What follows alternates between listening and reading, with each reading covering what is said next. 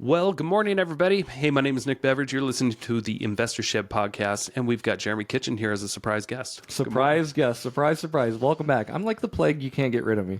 No, and herpes. Well, just the plague. Let's call it. Okay.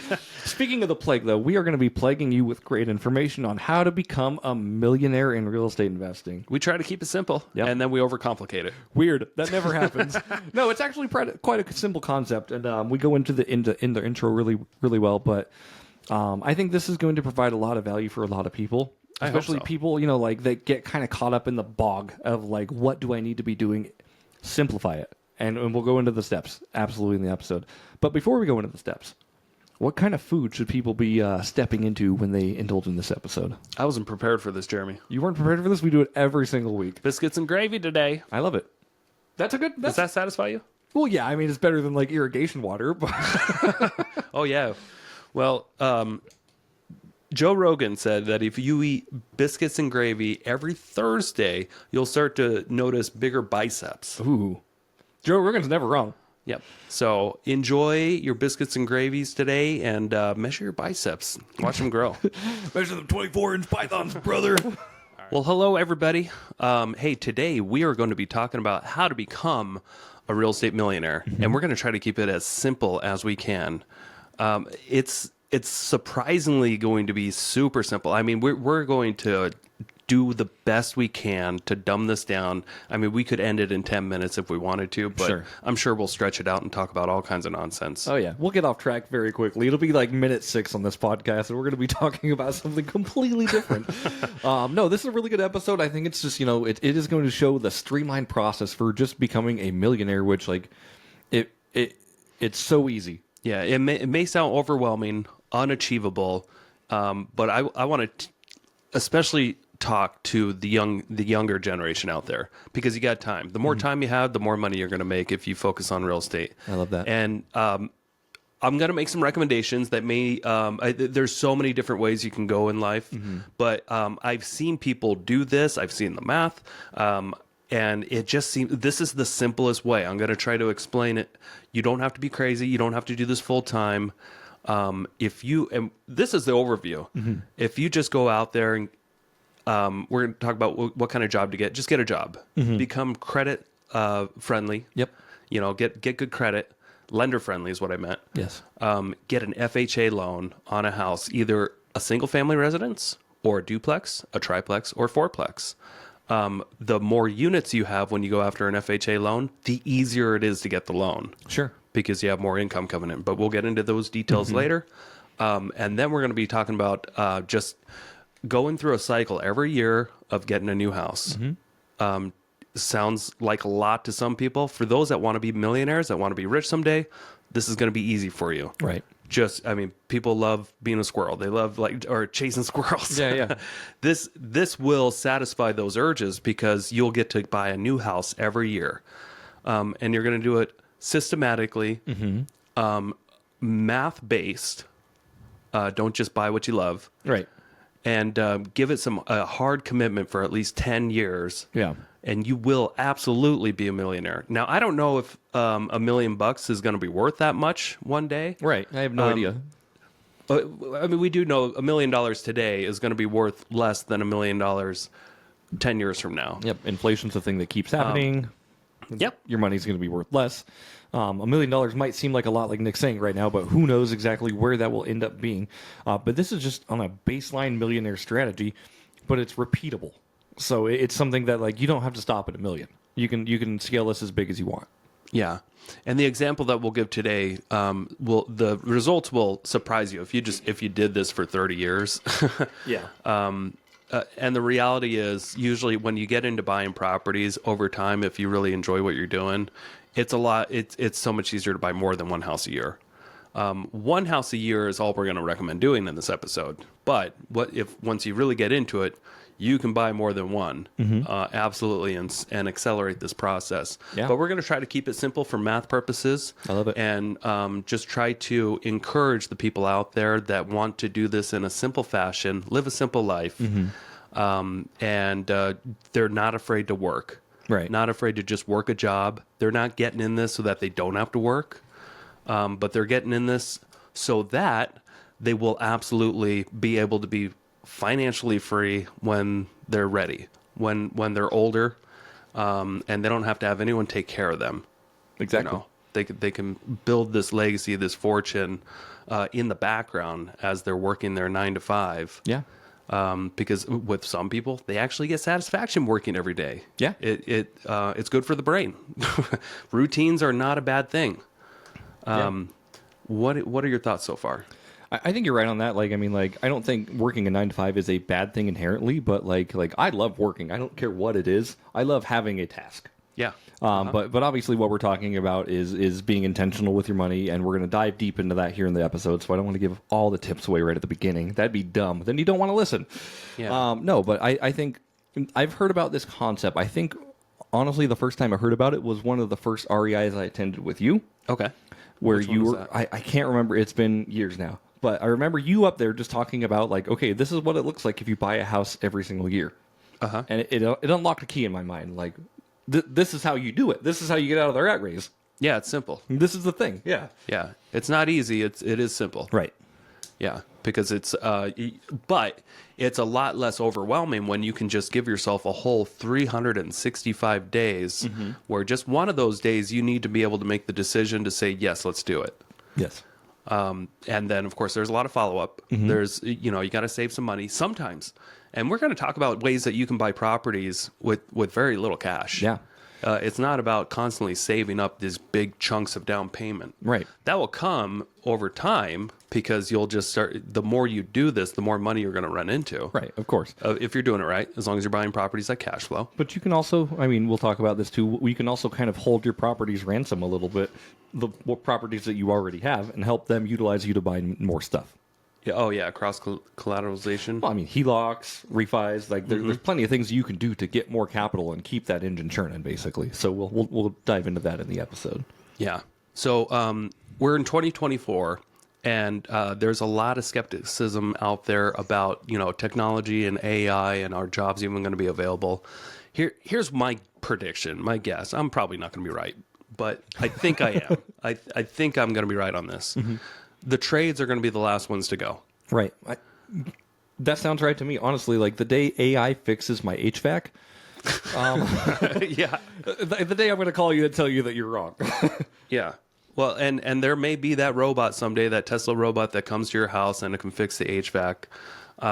But I think we're a long ways away from that. However, all the white collar jobs, I mean, they're in serious competition right now with AI. And Yeah. I think a lot of people understand that, especially the younger generation, that they know how to use AI tools. They know they can see ChatGPT, PT, Right. and they understand, all the capabilities that it has to do a lot of this white collar type of work. Yeah. And it's my prediction that the trades is going to be pretty well protected because not many people are jumping into it. There's a supply and demand issue where, especially in North Idaho, I don't know about the rest of the country, but in North Idaho, we have a serious low supply of tradesmen. And so we're talking, if you don't know what I mean by that, contractors, like plumbers, electricians, Prostitutes. mechanical engineers, prostitutes. I'm just kidding. We're the roofers, landscapers, people that install sprinkler systems. There's so many different trades out there that make this make society run, and there's not as many bodies anymore that can help keep all these systems up and running and build these systems. Yeah. And a lot of people just aren't going into those fields, and those fields do pay a lot of money. More than they don't pay minimum wage. They pay a lot. And if you even go as far as to start your own, eventually, I've seen a lot of tradesmen, plumbers, electricians, HVAC people that, they work for a company for a while and then they figure out hey, if I've got the courage to just go do this on my own, they can make, 200, 500 grand a year. Yeah. Without employees, just working their tails off. It's not impossible. Right. It just requires a lot of work and consistency and doing mundane things over and over again. Sure. But that's my prediction, is that the trades are going to be the last ones to be affected by AI, or one of the last. So I think that's a really well protected field if you wanted to go into something where you have to have a solid income. You know, if your goal is to buy real estate over time, but you plan to have a job for 10 years, man, if it were me starting all over again, I wouldn't get into real estate. I wouldn't be a realtor. Yeah. Knowing what I know today, if I had the same mind and the same, like, the set of skills, of course I would do what I'm doing. Oh, Because, sure. The road would lead you back to here, basically. yeah. But if I had to start all over again and I didn't know how to do real estate, I would absolutely do something else. I mean, I'd probably get into landscaping. Oh, the biggest thing I would actually do, if for those that care, I would just start a demo business. There you go. Yeah. Keep it simple. If I ever, my realtor license got canceled someday, Yeah. or if I got, was told I couldn't do real estate sales, I think honestly, I would go figure out how to buy a dump trailer. I had the cash to buy a dump trailer, but if I didn't, you can get a loan real easily on a dump trailer from State Farm Insurance. Yeah. Do you know that? You can also get it from a private investor too. Like if somebody wanted to privately invest in your company, they could, we talk about this often on the episode, but somebody could use their IRA to buy that equipment, lend you that equipment, and then you could, lease to own it, give them payments, and then give you the equipment. It would be a win-win. But I think what Nick's trying to say right here, basically, like the first step, I think, in my mind, what you're talking about is get your job and your financial straight. Is that kind of where you're going? Exactly. Okay. And we'll go back to that. I just want to finish my point on simple, like dump like the amount, the demand for just hauling trash off of a property is incredibly high. Yeah. And we live in North Idaho where there's a lot of acreage properties. There's plenty of work. Every time we've been on a flip together, I've been like, I wish we had more dump trailers. Yeah. I wish we had more of this. Yeah. And so something interesting. I remember one of my REI meetings, one of the investor meetups that we had an insurance agent there, and he just randomly, I can't remember what brought up the topic, but he said, we actually do loans as well on commercial equipment, such as like dump trailers. He's like, dump trailers have like the lowest default rate of any equipment out there because they're always being used. Like those contractors always make those payments on their dump trailers because they've got the highest utility. Right. They need that dump trailer to work, and they're going to make sure that they're paying you so they can keep using that dump trailer because they're used on many different phases of a job. Yep. And they're just hauling trash away. I mean, and think about it, that if you ever been on a construction site long term, like half the job is just cleaning up and taking trash away. Oh yeah. But if I had to do it all over again, such a simple job. You don't have to have a lot of equipment. You wouldn't have to have a lot of skills. Just have a dump trailer, and you show up, you pull crap out of a house, you do it safely, and you haul it to the dump. You push a button to unload it, and then you go home for the day. Make a good few $100. Yeah. That's if I had to do it all over again. I would absolutely just be a demo guy. Probably work by myself for a while until I get really good systems in place, and then maybe bring on an employee or something. Right. I guess you don't have to do it right away. You keep it simple. Right. If I had to do it all over again, and knowing what I know now, my road has led me here for a reason, I think. But what I would have done in my late teens, early 20s is I would have been more intentional about saving, and more intentional about real estate and buying houses because I started in my mid 30s and I still have plenty of time left, don't get me wrong, but I don't have that extra 15 16 years that somebody coming fresh out of high school could have. Yeah, totally. And like getting yourself in a position right out of your high school to do big things is going to just like rocket slingshot you to the moon for your potential. Yep.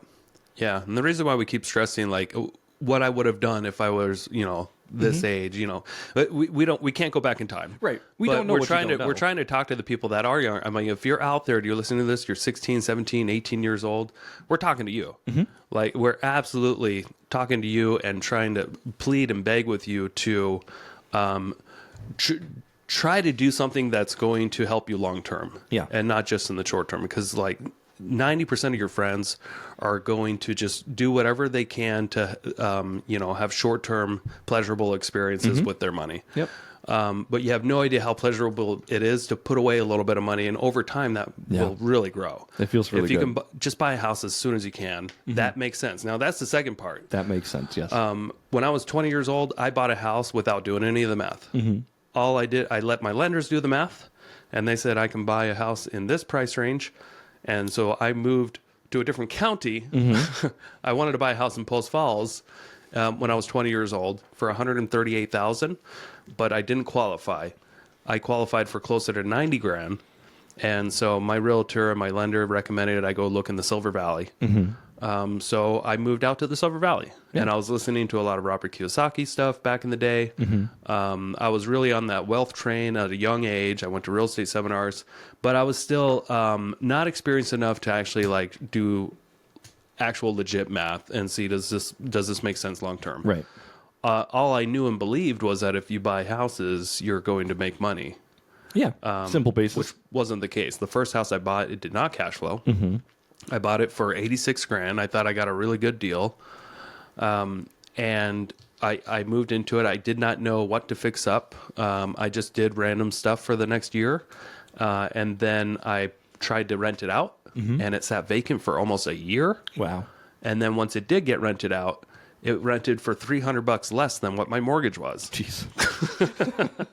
Hey, Coeur d'Alene, are you ready to take your real estate game to the next level? Join us for an exclusive 2-day real estate investing seminar right here in Coeur d'Alene, September 21st and 22nd. We have an amazing lineup of guest speakers that are traveling out here to teach you everything you need to know to succeed in real estate investing. That's right. How to find a deal. What is a good deal? How to form an LLC. What tax strategies do I use?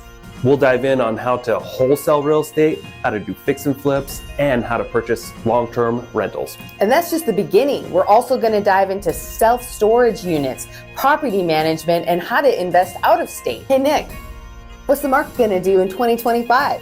I don't know, but we got Kathy Fecky from Bigger Pockets coming to forecast the 2025 real estate market, and we're going to talk about how to create those business leverage systems. Plus, we're going to learn how to get your mindset right. What's a short-term rental versus a mid-term rental? How do I build passive income, or should I be building massive income?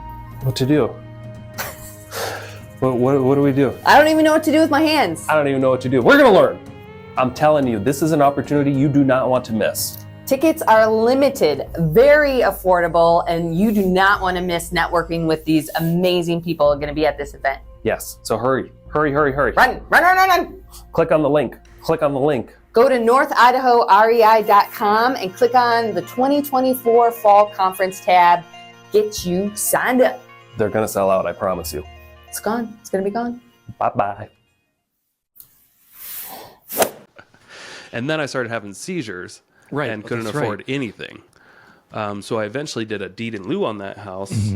I tried to make the payments as much as I could, but I eventually just couldn't even work anymore because I was having seizures on a daily basis. So anyway, that little bit of backstory, I tried, I failed, but I didn't do the math in the first place. And if I actually did the math, I wouldn't have had to let that house go. Sure. If I would have done the math and be like, oh, I can't buy this house because it's not going to rent for enough to pay the mortgage. That's something you got to consider. It was when I moved into it, I was paying the mortgage just fine. Right. Because my income wasn't really going anywhere else. Right. When I moved out of it to rent it out, I had to make that mortgage payment still, and I couldn't get a tenant to cover the mortgage. And almost 12 months went by, 11 months. But on the 12th month, we got a renter that after management fees was paying closer to, I think my mortgage was close to $800. Okay. And I think I ended up getting like $475 in the mail. Wow. On a regular basis. Yeah. And then I started having seizures, so it didn't turn out well. Right. And then the market started tanking. 2008, 2008, 9, 10. We were in that time frame, and the market as a whole went down. But that's not what got me caught. What got me caught was not doing the math in the first place. Yeah. And realizing that when I moved out of this, and all of a sudden my income had to go towards paying my rent of the place that I was staying in first. Yeah. And then my rental house was second. That's what got me caught. I didn't do the math. That's something I would have done differently. Right. And I just would have bought a house that made sense, or a duplex, or. No. I'm going to cut you off. I'm sorry, but like when you say do the math, like what does that look like for somebody who's kind of just starting out? Like what math should they be considering? Because it's not just about how much your payment is; it's about how much can it be rented for, right? Yeah. So there's a lot to consider, but just to keep it real simple for those youngins out there, what you'll want to do is you'll want to find a house that you might like to buy. and you'd like to ask the lender, hey, based off my situation, how much down do I need? Can I get an FHA loan? Can I get an IFHA combined with that so I can only put a 0.5% down or whatever? How can I put the least amount down if that's your goal? Right. And we'll talk about And that then too. what will my payment be?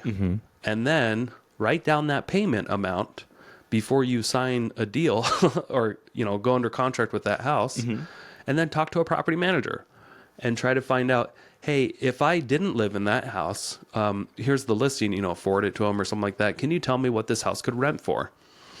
And if your mortgage officer says, your payment on this house will be $2,900, and your property manager says that this should rent for $2,500, then you'll know that before any other considerations out there on the front end, this property is going to lose $400 a month. Yeah, without anything else, without anything else utilities, considered. property management, utilities, capex. Yeah, the property management fee,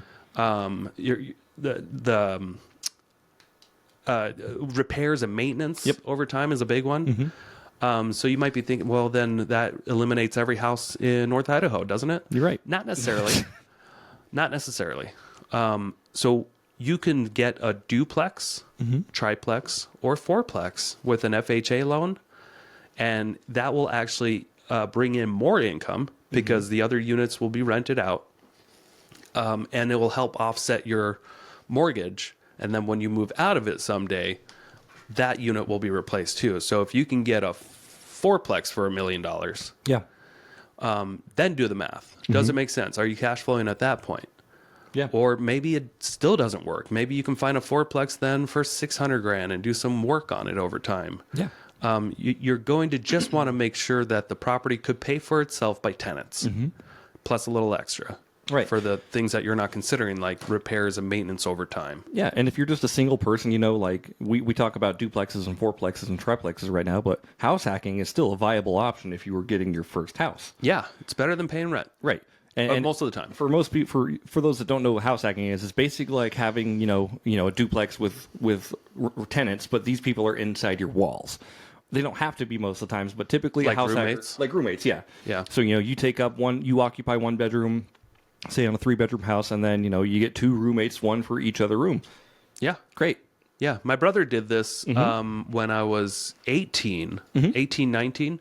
He bought a house when he was about 20 in Post Falls when interest rates are high and when the market was at its highest. He bought a house and he was able to pay that mortgage just fine because he loaded it up with roommates. That house was loaded with people. Loaded with roommates. But he was young. It was fun. He was able to make it work until he didn't, but he let the house go eventually because the market fell, but he didn't have to. He could have kept roommates in there. He could have fixed it up over time. He was young. He wasn't forward thinking enough. Was it like a 5-bedroom non-conforming house? It had 2 bedrooms downstairs and it had 3 bedrooms upstairs. Yeah. So it had so 5. Had right? 5, and then there was another little spot that was rented too. Yeah, and then like a den that was rented. Like that place was maximized to the fullest for sure. Yeah, and he even had a shop on the property that he could have been renting. But I think he just let a bunch of people throw stuff in there for free. So there was all kinds of income potential on that property. Oh yeah. But he just wasn't experienced enough to know how to properly manage it. He wasn't listening to podcasts, back in the day. He just did what he could to afford a house, and he was able to afford it. I think he ended up spending a couple $100 a month to live in this house. Yeah. Where I think the roommates were paying more than he was. Yep. And he was able to make his mortgage just fine. He was able to save. He was able to do improvements here and there. But eventually it didn't work out. Maybe we should have Brandon on the podcast sometime. He can tell us about his that'd be experience and all that. Now he's got a property that's seriously making him a lot more money. Yeah, for sure. He's house hacking to the T's. He is really. I don't know what that means. We don't know what that means. Why did you say that? Anyway, Brandon's had a full redemption. It would be cool to get him as a guest on the podcast. Yeah. What is it like running a wedding venue on your property and have multiple rentals? And renting out his property every week. He turns his primary residence into a business, basically, and that's got to be stressful and rewarding at the same time. Let us know. Hey, make a comment out there. Would you like to have my brother on the podcast, Brandon? Somebody out there comment. bet say Brandon's yes or no. Yeah. We're not looking at the comments right now, so I guess we'll just look at it later and we'll see a comment that says yes, and we're going to be like, what does that mean? We're not going to remember. No. Oh, that's right. We're on Facebook Live. We're on Facebook Live. No one is watching that. Nobody's watching, but if you are, thank you so much. So yeah, let's just kind of continue this conversation though, right? So what the first step you should really be doing is, get your work and your financials in line, get your ducks in a row, basically. Yeah, make sure that you can pay. You've got to get a job that you're happy with, that you can trick your mind into being happy with at least, and know that you're going to be on a path. As long as you do this in the background for the next few years, to throw everybody out of the water when it comes to showing off your net worth. Right, and you're gonna be sacrificing one of a number of things if you try this method, right? So you're going to be sacrificing your free time with your friends sometimes, you're going to be sacrificing relationships, but you're going to be gaining the potential to have financial freedom by the time you're 30. Yeah. And if you're not 20 and you still think, can you do this or not? Yes, you can. I mean, look at Joe Turner. Yeah. She was doing this in her 30s, early 30s. She's absolutely a millionaire. Yeah. It all started with her just moving from house to house. Once, she had a VA eligibility, and almost every year she would buy a new house and move the whole family into the next house, and she'd keep the old one as a rental. Yep. And we'll pin that because I think that's an important thing. We talk about, getting in an FHA, a low down rental or a low down house. A VA is the ultimate low down scenario. Yeah, it's zero. Yeah, it's zero. if you're in any sort of military or armed forces, make sure you stay long enough to get your VA, your Veterans Association. Is that what that is? VA? Yeah, your VA eligibility for a loan. Make sure you get your VA eligibility, right? Because if you leave early, you just threw all that potential down the drain. Like, if you're starting to get into the armed forces, see it through. Because, one, you get paid a ton of money, from what I understand. A pretty good amount. Oh, as in the military? I don't think you do at first. Not at first. Not at first, but like if you stay through your 10 or 15 year service or whatever, like. Oh yeah. Well, that's part of just being committed to the country and committed to something long term. Like my brother-in-law, he stayed 20 years and he's doing just fine. Yeah. And what's cool about that is, like, with inflation, they are adjusting his retirement benefits and stuff. So the military does, somewhat take care of their vets. Right. Not always. We didn't. It Not always. It could always be better. Right. They don't take care of you as far as, like, your PTSD or your stress or your problems you have from being in the military. But when it comes to housing, but your housing is you get some perks. You get some good loans. So take that with a grain of salt from two people who were clearly not in the military, although we do thank them for their services. Thank you. So, anyway, we got off track again. No, but big surprise. That was another thing. I was trying to say, like, if you're in the that was very much on track. Yeah, that's right. Yeah, if you do have VA eligibility, throw FHA out the window and just try to use your VA loan. Now, you may say, but what if? Just talk to a lender. Yep. Everybody's got a little bit of a different situation, even with VA loans. Some people qualify for, a little bit of disability, and then they don't have to pay a VA funding fee. Yeah. But that's another topic. But it is something to check out. And FHA is just a great, easy. It's one of the easiest loans to get. Yeah, it is. For most people, like, minimum credit scores are pretty low. I forgot what they are, but like, you just got to make sure that you can afford the property, and also, is it going to rent out for more than your payment? Right. If it's not, look for something else. Right. That you're not going to be on the track to being a millionaire if you're not going to cash flow. Right. And what Nick's saying is, like FHA loans are so incredible to get started out. When my wife and I bought our first property, we bought it FHA. It was at the time when we were just about to see the biggest run up of appreciation North Idaho's ever seen. So we got in really at the nick of time. But that FHA loan allowed us to get into this property. Yeah. Without having to put a ton down. Yeah.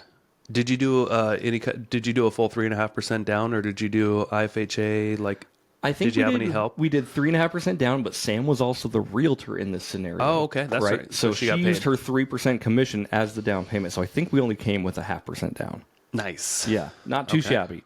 Not too shabby. Yeah. Yep. And that's another tip too. I mean, again, like this kind of goes into getting your money right. Like if you're interested in real estate and you know that's your path, maybe become a real estate agent. Yeah. Because what it does is it allows you to save that commission on buying your own houses and use it as a down payment. Yeah, but I'm going to warn you. If you're going to be a real estate agent full time, especially in North Idaho, it is tough. Yep. You're going to have a lot of competition, lots. And if you think you're going to get a home loan right away, fuck, no, you're not. Nope. Yeah, you need at least 2 profitable years of tax returns to qualify. Profitable years, and they're going to go off your average last 2 years of income. And when you're starting your new business in real estate, typically have a lot of deductions. Yeah. So unless you're right out the gate just selling $1 million homes like left and right, and you're making a few $100,000 a year, it's still going to take you almost 3 years to qualify for a home loan. Yeah. Something to be aware of for sure. Yeah, doesn't mean don't become a realtor. Just be aware that you're not going to be able to get a loan that easily. Right. You're going to have to use others, and there are other ways to get a loan on a property. Right. But But there are what- non-QM loans. What you could do though, Nick, you could keep your W-2 job. Yep. And you could become a realtor on the side. Right? Keep going. Okay, so keep your W-2 job. You're still working 40, 50 hours a week, right? So your income shows that it's there, Yeah. right? And then you get your realtor license as well. Yeah. And you can use your down, or if you were just doing this strategy, which I don't really recommend it, but you could save that 3% by using your 3% closing costs towards your down payment. Almost. Almost, okay. Yeah. So here's something that when it comes to using your commissions towards down payments on conventional loans, you still have to have the money. Right. And then you'll just get reimbursed by your broker later And that's why I after was they saying, take their cut. That's why I was saying, keep your W-2 job, yeah. like get your shit together on that. But like end. you still have to have that 3%. Is Understood. what I'm saying. Yeah, yeah. So if you're buying a $500,000 house, you need to have that. Gosh, what is 3% of 500? 15,000? That sounds Nope. close. 25,000. 25. Okay. We're gonna Google that. We're gonna. because Google it doesn't matter. Anyway, you're gonna have to have that money set aside and use it 15? towards 15,000. Oh, so okay. right. That's so great. now that's 3%, not 3.5. Yeah. But that's fine. So that's your commission. But when you're with a brokerage, typically there's still going to be stuff that will come off of that, like Yep. your brokerage splits. If you're with Keller Williams and Coeur d'Alene, they let you buy 3 properties a year personally, or sell 3 properties a year personally, and they don't take a split of your commission. That's awesome. Which is kind of nice. But it's not something to count on. It's just a nice bonus. Right. Like it's not something to count on to be there to have that down payment if you don't have it, because you're not going to qualify. Right. You still need to have the money sitting in reserves. Yeah. To be able to use, and then you'll just get reimbursed. Yeah. And I think you've told me this before, like it was really good advice, like only get your real estate license if you plan on selling real estate. Oh yeah. Like don't just Totally. do it just for the little benefit, because it's more cost than it's worth to kind of keep up with your licensing and stuff like that. Just if you plan on selling houses, get your real estate license. And I've talked to many people online, and they're like, I want to get my license to do this. And I'm like, do you want to sell houses, or do you just want to save your commissions? Because you have to go through, yearly hours, and you have to go through training, and you have to go through annual. Yeah. You got to go through a lot of stuff. Yeah. And you got to pay a lot of stuff, and you got to pay E&O, and it's like, is it going to be worth it in the end? Right. Maybe. Maybe. It just depends on what, if you're going to sell more than one house. Right, for sure. If you're only going to sell a house a year, probably not. Right. I mean, it's with anything. Being a real estate agent, being a licensed agent, it actually takes some effort, believe it or not. From the outside looking in, it may look like a simple, easy job where you just got these knuckleheads opening doors and acting like car salesmen. That's not the way the real world works. Nope. They're a lot shadier than that. I'm just kidding. Speak for yourself, man. I thought you were- Joking. No, there's a lot more that goes into it than what you see on TV. That's true. But not worth getting your license if you're just trying to save some commission. You want to get your license to print money. I love it. Like with anything, like that's going to be your new income source, and it's not going to be easy if you have a full-time job, because when you're running an actual business, you need to be available for the business, especially when you're new. Oh, yeah. Especially when you're new. It requires a lot more time when you're brand new, not less time. Sure. It's not something to inch your way in. You got to like jump in the pool or don't go in the freezing water. Yep. Okay. Where were we? So we were getting our money right. You got your money right, and now are we going to try to be getting our approval right? You think? Yeah, Okay. definitely. Yeah, see what you're approved for, and then see if you can find a property that makes sense. Now, in 2024, with where interest rates are where they are, you're likely going to have to get a duplex, triplex, or fourplex. In North Idaho specifically, yes. So reach out to your real estate agent. I can help you with that, or 2,000 other people could here, and they can get you set up on a search where anytime a duplex, a triplex, or a fourplex hits the market, or just a house that has a mother-in-law suite. Yeah. Like an accessory dwelling unit. Those are awesome. Yeah. I would try to find something that has more than one living source in it. That way you can have some rental income right away. Yeah. And not have to wait a year to see if it works out. Yeah. You can start testing the waters immediately. And that's where house hacking would come into play too. But like, just to kind of, I don't want to spend a ton of time on this, but like finding a property on the MLS in North Idaho specifically that's ready to be cash flowing isn't easy. It's not easy, but it is. But it's not easy. impossible. It's just not easy. Like sometimes you're not going to find your dream property day one. So be prepared, especially if you're looking in North Idaho at this time in 2024. Obviously things can change in the future, but be prepared to, hold the line a little bit, if that makes sense. And while Nick's pulling up stuff on the MLS, I'm just going to talk a little bit more about getting approval. What you're going to want to do is you're going to want to keep your debt to income in check. Now, what I mean by that is don't go too crazy buying things you don't need with credit cards. Don't buy your fancy cars. Make payments that you need to make, especially if you're being intentional. It will be so easy, but just be aware of what you're spending and be aware of where your money's going. That way you can actually, funnel it in a little bit better and get a game plan, because the sooner you get your approval rating up, the sooner you can get off to the races. Exactly. Yeah. So I'm looking on the MLS right now in case you have no idea how much this kind of stuff costs. I just pulled up all multifamily in Kootenai County. There's 20 properties on the market right now, which is more than what there was a year ago. Yeah. And you've got starting off a duplex for $500,000, $499. It's been on the market for 110 days. Do you think there's some negotiation power there? Maybe. 100%. They started at $550. It's $499 right now. It's in Post Falls. Each unit has 2 bedrooms, 1 bath, and a garage. Something like that. I think that would actually work. I think you can make the numbers work on something like that. Not super impressive. Right. It's not going to make you rich, but it's going to get you in the door. It'll get you in the door, but this one, like on a $499 house, you have to figure like how much do you think a 2-1 can go for in Post Falls? Would you say $1,900? No, not that much. Not that maybe much? $1,500. $1,500, especially in this condition. So right. You figure $3,000 a month gross income. But how much? What is the mortgage going to be like? Right. If you can put 3.5% down, and maybe negotiate a little bit more, maybe buy down the interest rate slightly. Yeah. Let's just run a little scenario. Yeah, and this one would be like really tough to do, of course. Just looking at these base numbers, and there's probably a reason why it's been on the market for 110 days. Just, it's either not getting traction or it's just not as good as you think. But you got to figure if each side is renting out for $1,500, and you have the house is $500,000, and you're going to be putting 3.5% down, which was $15,000, right, or $18,000?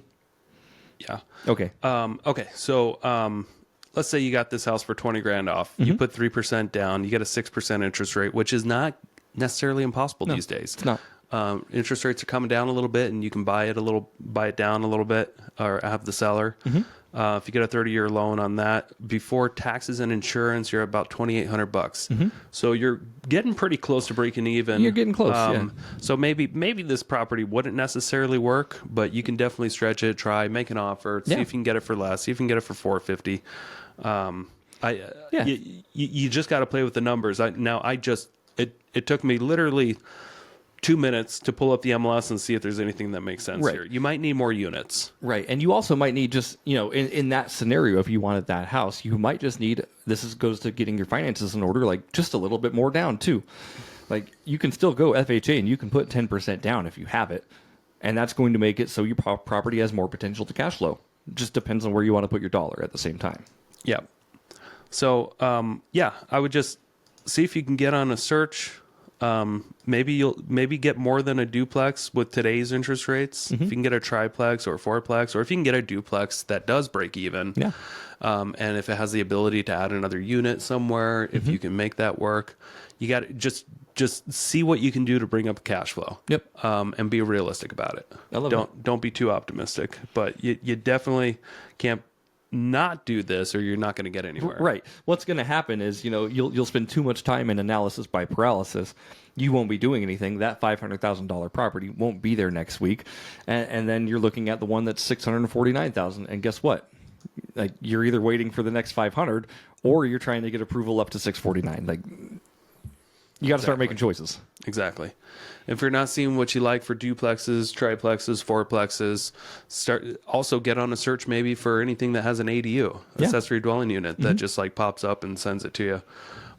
Or, if you can afford just a single family home and it has the room and it has the eligibility and you have the right approach, like driveway approach to build an ADU over time, maybe in that first year you're building an ADU so that when you move out, you can have your house and the ADU as rental income when you move out to the next one. I love it. Or you can, like I said, what's it called? House hack. Just make sure, if you're single or married, make sure you have enough rooms for your family, of course. But there's a scale of comfort and profitability. That do you want to, hit out the gate running and cash flow day one and not have to do much? House hack. If you want to get a little bit more creative, get an ADU, but just look at all your options is what we're saying. Yeah. Now I know a lot of investors, not a lot, but I know at least 10, 15 or so that buy multiple properties a year.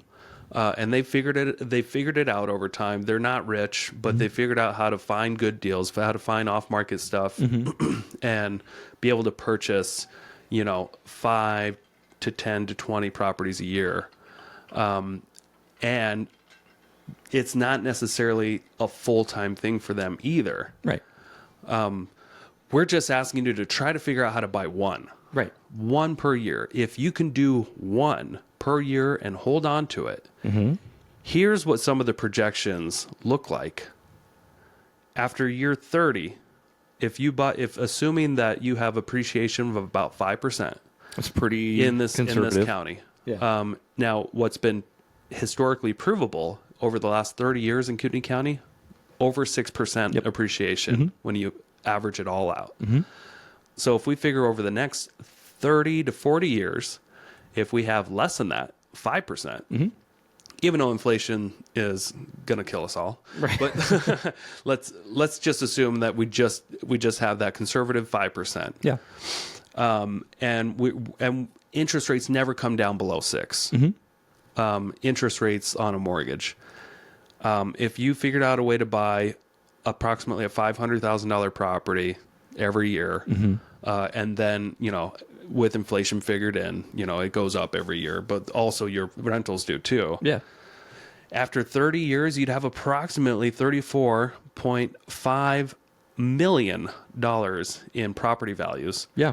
And about $650,000 of net annual rental income. Yeah. That's after all fees. This right? is after 30 years. Now we're talking 2054. Sure. Right? The year 2054. It will come someday, unless we get nuked.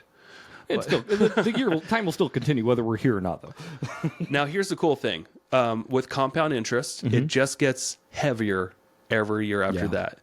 After just 10 years after that, 40. Now, picture you as a 20-year-old listening to this. We're talking about when you're 50. 50 is not that old anymore. No, it's not. Tom Cruise is 15 years older than 50. Yeah, Eminem's like 55 years old, and he just put out one of the best rap albums of the year.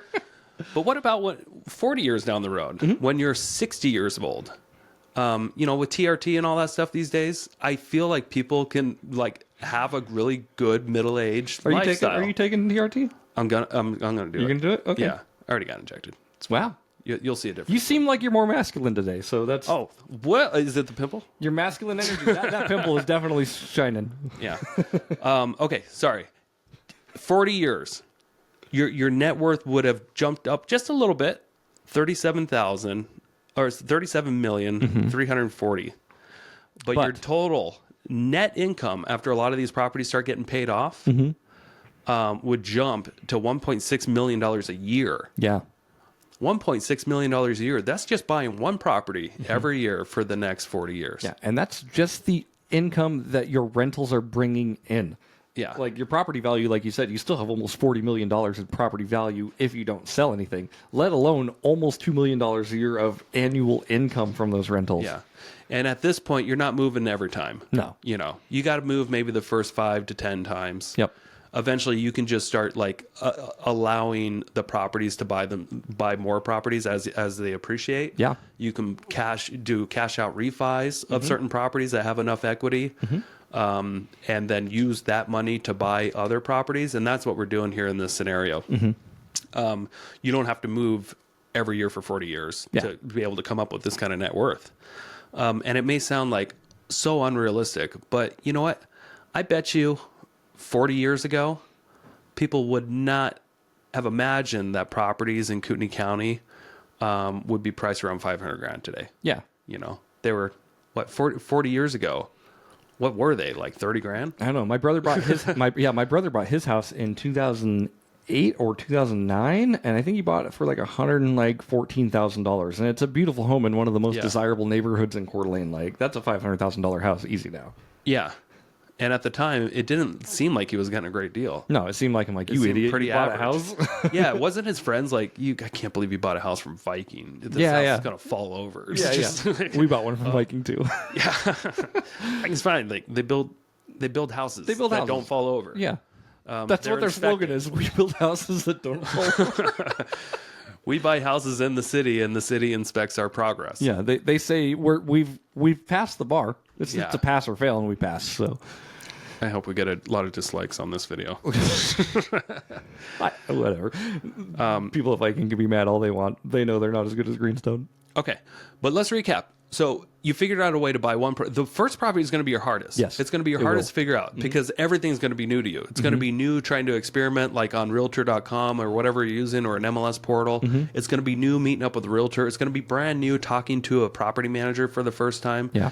It's going to be new like dealing with interest rates and like having that hard commitment, like, oh crap, I'm committing 30 years. Yeah. And you're signing documents like saying, I promise I'll pay this back. It's all going to feel so unusual. Yep. And after you buy that first house, the second time it's going to be so much easier. The third time, a lot easier. Fourth and fifth time, it's just another walk in the park. You're just It's another signing now. day. Like, Yeah. It doesn't matter anymore. You know what you're doing. It's just a walk in the park. Yeah. It will become very usual. But the first house is going to be your hardest. There's going to be a lot of moving parts. There's a lot of people involved. But you got to get started somewhere. Yeah. Now, if you absolutely did not want to become a millionaire, don't do this. Yeah, don't do any of this. Like, just actually Control-Z everything we said and run up your credit card debt, buy the car you don't need, spend as much as you can, and you will find yourself very easily in your 30s and 40s being like, oh, shit. Yeah. And go getting college debt to become an art major. Yeah. That should solve your problems. That'll do it. Yeah. So I want to add like one other thing here, because obviously like when people see this and they see the potential of this, obviously it makes sense why real estate is the number one investment and why people continue to invest in real estate, because time over time and hand over hand, like it's shown that real estate is the place to be. Yeah. But I want to say, obviously with how many loans you can get. So this is assuming you're buying, a house a year. What you're going to run into a problem with once you get to 10. Oh, yeah. It's not even a problem, but you're going to have to start thinking of a different strategy, correct? Exactly. Okay. And let's bring that down a little bit. So what happens when you buy 10 properties? So when you buy 10 properties with conventional loans, Fannie Mae, Freddie Mac, you kind of have these 10 magical tickets where you can get the lowest interest rate that the market is offering. They're these are called qualified mortgages. Once you get 10, you're kind of maxed out. That doesn't mean that you can't keep getting mortgages. Right. You just have to go after non-qualified mortgages. Yeah. There are other mortgages out there that you can get. The interest rates are probably going to be half a point higher. And that's about it. Yeah. So And- you just got to just be prepared that the first 10 mortgages, and it's going to get harder and harder to qualify for these as Yeah. you go on. So you may only get like 2 or 3, 4 qualified mortgages until it just becomes impossible to qualify. Yeah, you can't actually take on that much more debt is what they're going to tell you. Because they're looking at your debt to income ratio. They are going to look at your rental income, but sometimes all that stuff needs to be seasoned for a while. So it's just going to get difficult to qualify. But you can get up to 10 if you can manage it. If you make a lot of money as like a doctor or something like that. Right. Once you get to 10, you just got to go to other. Probably the same lender that you're dealing with can offer you a non-qualified product too. There's a non-QM loan is what they call they call them. They're not uncommon. Sure. I just qualified for one yesterday on a property. I don't know if we talked about this on the last podcast or over the weekend. There is a property in Pennsylvania. Oh, yeah, we talked about that. Yeah. 7.1%. That's not bad. 7.1% on an investment property, multifamily, out of state, non-QM loan. Not bad. That's only like 0.5% or less than what prime is, you know, on a residential like primary. And so interest rates will vary. If you're going after an owner-occupied property, the interest rates are going to be less than an investment property. Yeah, they want to give you an incentive to live in that property, and occupy, and well, it's pay just less taxes in risky. the area. And less risky too. It's less risk, interest rates lower. Sure. And it's all about risk. Right. With an investment property, there's more risk to the bank because the owner of the property isn't living there, and it's not like their last ditch effort to make these payments. Right. It's more likely to go into default than a conventional owner occupied. Yeah. According to them. I don't really believe that 100%, but that's what they believe.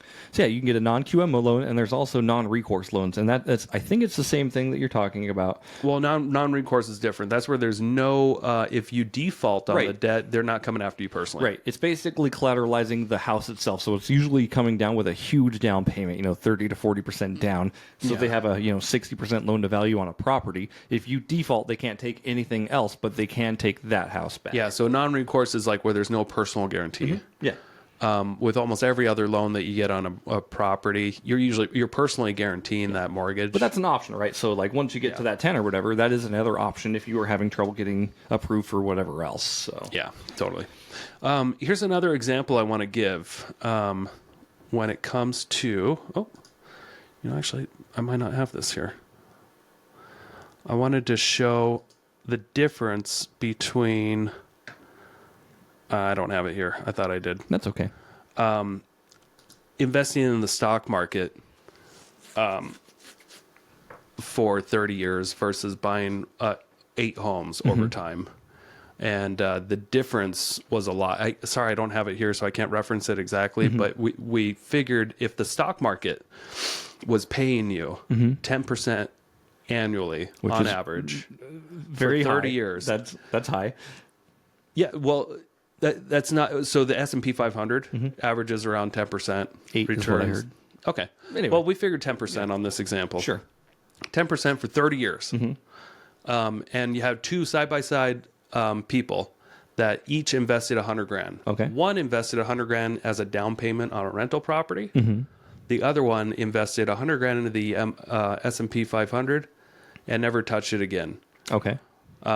The other guy who bought the rental property, he had to wait until the property had enough appreciation or enough equity again to refinance it and to be at the same 20% equity on that property to purchase another property. Gotcha. So it was a 30-year timeline of like, okay, with historical appreciations and with interest rates where they are, and I think we figured after 2 years, the interest rates could go back down to 5%. So you'd refi. So in this example that we gave, one guy invested $100,000, left it alone, didn't touch it again, and let compound interest did its thing for 30 years. Yeah. The other guy put it into a rental property as a down payment, and every time the property was worth enough to refinance and he could buy another one in the similar nature, he did that. And the difference in the net worth after 30 years The stock investor had about $1.5 million in net worth. A quick commercial break here. Thank you so much for listening to this podcast. I really do appreciate it. If you want to give back, let me help you buy a house, or I can help you sell a house. It's the only way I make money when I'm not investing in real estate. I don't make money on this podcast or the events I do, but I do make money only when I help people buy and sell houses. So if you're looking for your next investment and you're here in North Idaho, I want to help you personally. If you are not in North Idaho, I can still help you out. I have a vast network of referral partners all across the country, and I can find the right real estate investor savvy agent for you so you don't have to. It doesn't cost you a thing. Thank you for your support. Back to the show. And owed about $250,000 in taxes. Yep. The real estate investor had a net worth of closer to $14 million. Okay. And over those 30 years was able to write off $1.6 million in tax, or had $1.6 million in tax savings. Sure. Because he kept all his properties. In both examples, to keep it fair for the purpose of like the tax benefits and stuff, Sure. Each person was a realtor. Because Okay. this was a class that was taught to realtors. Yeah, okay. So that realtor had extra tax incentive. You know, they were a real estate professional, so they were taxed differently. Sure. Okay. But 14 million compared to 1.5 million. Pretty staggering difference. And the difference was, you know, getting long-term debt fixed as appreciation happens, Right. and tenants pay off your mortgages for you. And we've talked about this on previous episodes too. Like, you are not taxed on the debt you have, No. right? So that's important. You know, if you buy a $500,000 property, you don't get a tax bill for the taxes you owe on $500,000. But then when you sell it for, you know, $2 million, if you do, like, that's when you get that tax bill, unless you're going to 1031 it or The profits. Yeah. Yeah. But like, you're not taxed on that debt. You don't take on the debt, and they don't say like, here, you bought this $500,000 thing, now you owe us taxes on it, right? And the whole talk today, we're not talking about selling properties No, at all. at all. We're Yeah, just talking about accumulating rental properties. But at first, they are primary occupants. It's your primary occupants. Right. Occupant. Gosh, I can't even talk. It's your primary home. It's house. Nick, It's it's house. Yep. But it's the primary place that you occupy, and you have to intend to live there for 12 months. Intention is important. Yeah, so that's another thing too. A lot of people are like, well, what if I move out at 9 months? Like, am I going to get in trouble? No, not Asterisk, you were probably not going to get in trouble. by who. Okay. If we're talking about intentions, and I'm not an investment, I don't give investment advice. So clearly this Yeah. is for entertainment, educational purposes only. There's your disclaimer. Boom. Here's what the rules state, though. When you get like an FHA loan or like an owner-occupied type of loan, Right. you have to intend to stay there for 12 months. Yeah. It doesn't say you have to stay there for 12 months. That just has to be your intentions when you get the loan. Right. Now, if something changes during that time after you have the loan, nobody's telling you can't move out or you Right. can't rent the property. There's no mortgage police out there. Right. It's all about your intentions when you get the loan. Yep. Just don't tell your loan officer like, yeah, I only want to live in it for 6, but I don't want to. I want the 12-month thing. Then you wouldn't be intending. Then you're not intending, to live exactly, in there. right. So that's how you got to keep this legit and legal. Right. We're not encouraging mortgage fraud out there. Exactly But what I just be wanted to aware say. of what the rules are. What are your intentions when you get the mortgage? This whole podcast so far, we've been giving you examples of staying at the property for a year. So we're not saying, hey, just get an owner-occupied loan and then move every 3 months. Right. We're not encouraging that, even though you could probably get there faster Yeah, if you focused on that. You probably could. But that is a serious interruption in your lifestyle if you're moving every 3 months. Yeah. Eventually, they're going to say like, what's happening here, right? Well, yeah, I think there will be a trend like, hey, you keep getting these FHA loans, but you move every 3 months. You can't get 2 FHA loans anyway. Right. You got to refi to You have to conventionally. refi to conventional. Yeah. And typically, if you're going to refi, like, you're going to want to wait at least a year for the most part anyway. Yeah. But there are other types of loans that you can get where you don't have to put 20% down. You can get a conventional loan with 5% down or even 3% down if you qualify. That's why you got to keep your credit good. Live below your means. Dave Ramsey talking here. Wow. I never thought I'd see the day where Nick's like quoting Dave Ramsey. Yeah. Well, I think it's not easy. But to it live is below your important. means. It But it's really is. important. Yeah. It's important to be aware of your spending habits and making sure that you can afford what you bought, what you committed to. Like full vulnerability. Like Nick and I didn't live below our means in our 20s. We just had good credit and we utilized our credit to buy shit things. Yeah, yeah. Let's Always go to the try keep casino it and blow $500. Probably shouldn't have done that, but it was really fun. Yeah, and if you screw up your credit, you can always get it fixed. Yep. Like Always. I got, I did a deed in lieu of foreclosure back when I was 21. Mm-hmm. Today, my credit score is it's like an 811. That's pretty damn good. I get the best rates every time I qualify for whatever. Yeah. But it's because I've learned how the levers work on Yeah. my credit. I know that when I'm working on multiple projects and I'm running up my credit cards, my credit score is going to dip in the 600s. Yep. Depends on, how I use it. Mm-hmm. I've learned over time you can simulate and figure out where you need your credit. Yeah. But that comes with time. Right. That comes with time. And on like a real base level, of course, like, if anybody's just starting out and they don't have any credit cards, you really should go get one. You really should go get 3 or 4 accounts and have those open because your longevity of your accounts is very important as well. That's something your creditors look at. How long you've had it, how long you've been making good payments. Yeah, yeah. Yep. And a lot of times what I'll do, like on my credit cards where I have a zero balance, I'll go buy like a pack of gum and I'll buy, something from the Dollar Tree on another card. And I'll let that hit my statement. So, I'll wait the 25 days, statement comes out, I pay interest on the dollar, and then I pay it right back off. Yeah. And then I only have to do that once every few years to keep that credit card active and not like, oh, you're just using us for a line of credit. Oh, yeah. But having more available credit does help your credit score. It absolutely does. And that's what I'm saying. Like, there's a lot of stats out there that say, like, keep your credit card lines anywhere in between the 10 and 15% of utilization. Okay. That way they show that you have a revolving balance. Mm-hmm. You'd have to check with your own personal like financial education or just do some honestly easy Google search on it. But utilize your credit cards a little bit, but utilize them for the things that you need. And then just let it hit your statement and pay it off because they want to see that you're making the payments and they want to see that the accounts have been open for a long time.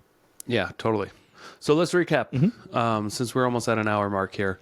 All you need to do is keep it simple. Yeah. Go get a job that brings you fulfillment. Go get a job that you can say, hey, so this is what I think a lot of people have a problem with. They get a job, but they don't know how to get wealthy. So they assume that their job is the problem. Yeah. Your job is not necessarily the problem. It's your mindset and your plan. If you can find a job to be happy with, like I know plenty of HVAC guys, not plenty. I know like 3. I know 3 HVAC guys that are actually really happy with their jobs. I know one guy who's got a job in an HVAC company who's very happy, and he's a real estate investor. I know another guy who's a real estate investor that was working for an HVAC company for a while, and he just started his own HVAC company this year. Yeah. But he's also a real estate investor. And those guys are very happy. I know another guy who owns an HVAC business. He just sold it, Trademark Mechanical. Okay. And then they all turned pink, the trucks. Oh, nice. But he was buying rentals with cash. He's an HVAC guy, but he was able to buy houses with cash. Like we're just talking HVAC here, but there's these people are in demand. They don't hate their jobs. I think it's the psychology of like, I think my job is a problem because I know I'm not going to get to where I need to be financially if I hang around here. But there's some things that you can be doing in the background that will get you there. Your job is going to help pay your bills. Yeah. And that's what you need to do. You need to be able to pay your bills to get wealthy. Yep. That's true. Yeah. Absolutely. And in Nick's previous example, we talk about buying a house a year, and that nets you, after 30 years, it gets you $34 million in property value, plus $700,000 a month or year in annual revenue. It doesn't need to be that complicated. Like 30 may seem daunting to you. You don't need to get to that number. You could literally buy 2 to 4 properties, and you'd probably be a millionaire in 20 years. Yeah. Yeah. It doesn't. Okay. Another example. Right, exactly. Here's another example I'll give you. I know a contractor. I'm not going to say his name, but he was the first contractor I worked with regularly when I started flipping houses. And he was an old school guy, very very hardworking, but had a very relaxed, chill attitude. But he would show up, and he was just a labor guy. He would make $25 an hour, working for himself. $25 an hour. And he was able to buy some land, all cash, He was able, before I met him, to build his house, all cash. He bought some land for like 60 grand a long time ago. And over time, he built his house with his cash. At first, he built a shop with the living quarters and then he moved his family into. But over time, he would just save his money and build his house in his spare time or on weekends. And I've only known this guy for 10 years. But just what I've seen him do in the last 10 years, that property that he has with the shop and the living quarters and then his main house, worth well over $1 million. And he built it all with cash. Yeah. Because he showed up to work every day. And he didn't get distracted and try to do something new every time. He wasn't trying to reinvent the wheel. Right. He was just taking care of people on a regular basis, not even getting paid that much. I know he gets paid more now. Sure. 10 years ago, he was getting 25 an hour. Now I think I pay him closer to 50 or something. And now he's close to like 27.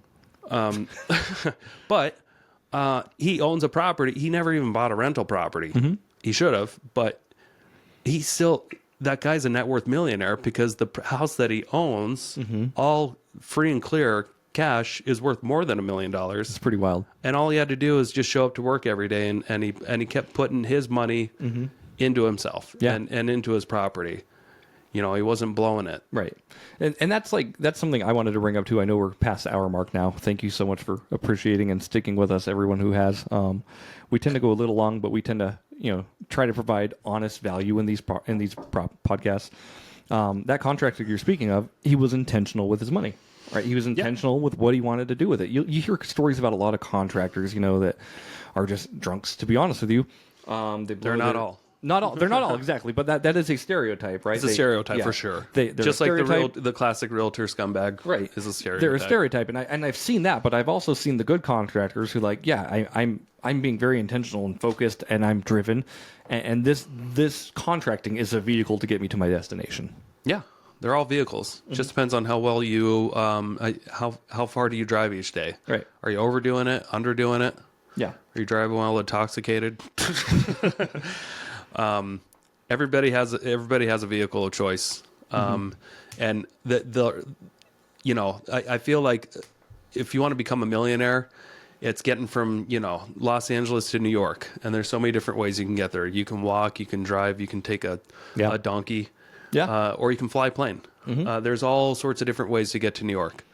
Each one's going to have its own perils and costs associated with it, but each one's going to have its own travel time as well. So, but you're never going to get there if you don't have a plan. You don't have a map. Yeah. You're gonna wander off into Canada on accident, or you're gonna spin in circles around L.A. Yeah.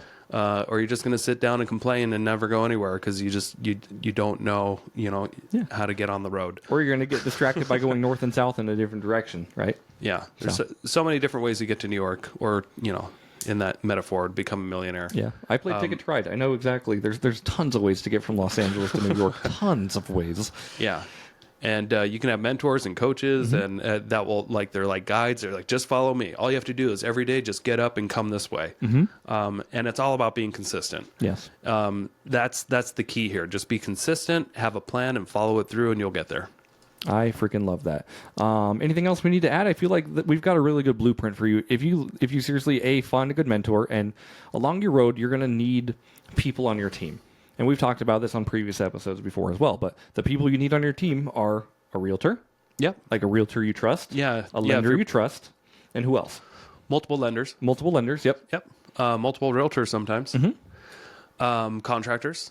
Potentially. I mean, ideally, you'll want to find something that needs work. Right. That's how you're going to make the most of it for sure. But what you really need is just a solid group of friends that all have the similar goals. Yeah. You are the person you spend you're all the five people you spend the most time with. I think that's the biggest ticket. Yeah. If you feel like the group of people that you surround yourself are all pulling you down, they may not mean to, but they are. Right. So find a new group of friends, and you can find those people at networking events, at real estate seminars. Speaking of which, we have a seminar coming up. Oh yeah, you do. In the fall. Yeah. September 21st and September 22nd. It's a 2-day event. If you want to learn all about how to invest in real estate, we've got a lot of experts coming, and we're giving out lunch for free for 2 days, and all you have to do is pay for it. You get the free lunch. All you have to do is pay for the event. It's a pretty damn good deal if you ask me. It's a good deal. Yeah. Quick plug on that. Where would people go to sign up for that or learn more? Go to our website, northidahorei.com. Click on the fall event. We always have promo codes, so if you want to save a little bit of money, you can reach out to us. NERT is something that we always has a default 10%. So if you use NIRT, you'll save an extra 10%. NERT for North Idaho REI team. NERT, NIRT. Put that in. You'll save an extra 10%. But look forward to seeing you there. Yeah. And then we will see you on the next episode of the Investor Shed podcast. Thank you so much again for checking this episode out, whether on live or on the YouTube once it comes out. If you found this episode helpful or useful, or you just enjoyed our banter, please leave us a 5-star review on Apple Podcasts or Spotify, or leave us a nice little tasty, juicy comment on the Facebook Live. We'd love to see that too. So we will catch you all on the next episode. All right. Thanks, guys. See ya.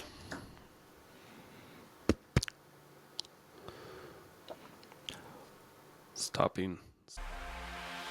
Thank you so much for checking out the Investor Shed podcast. If you enjoyed your time, make sure to leave a 5-star rating and review on Apple Podcasts and Spotify. Follow along on YouTube, TikTok, and Instagram at The Investor Shed for shorts and promos about each episode. Do you want to be a guest or know someone who has great real estate investing advice and stories? Reach out to us at theinvestorshed@gmail.com.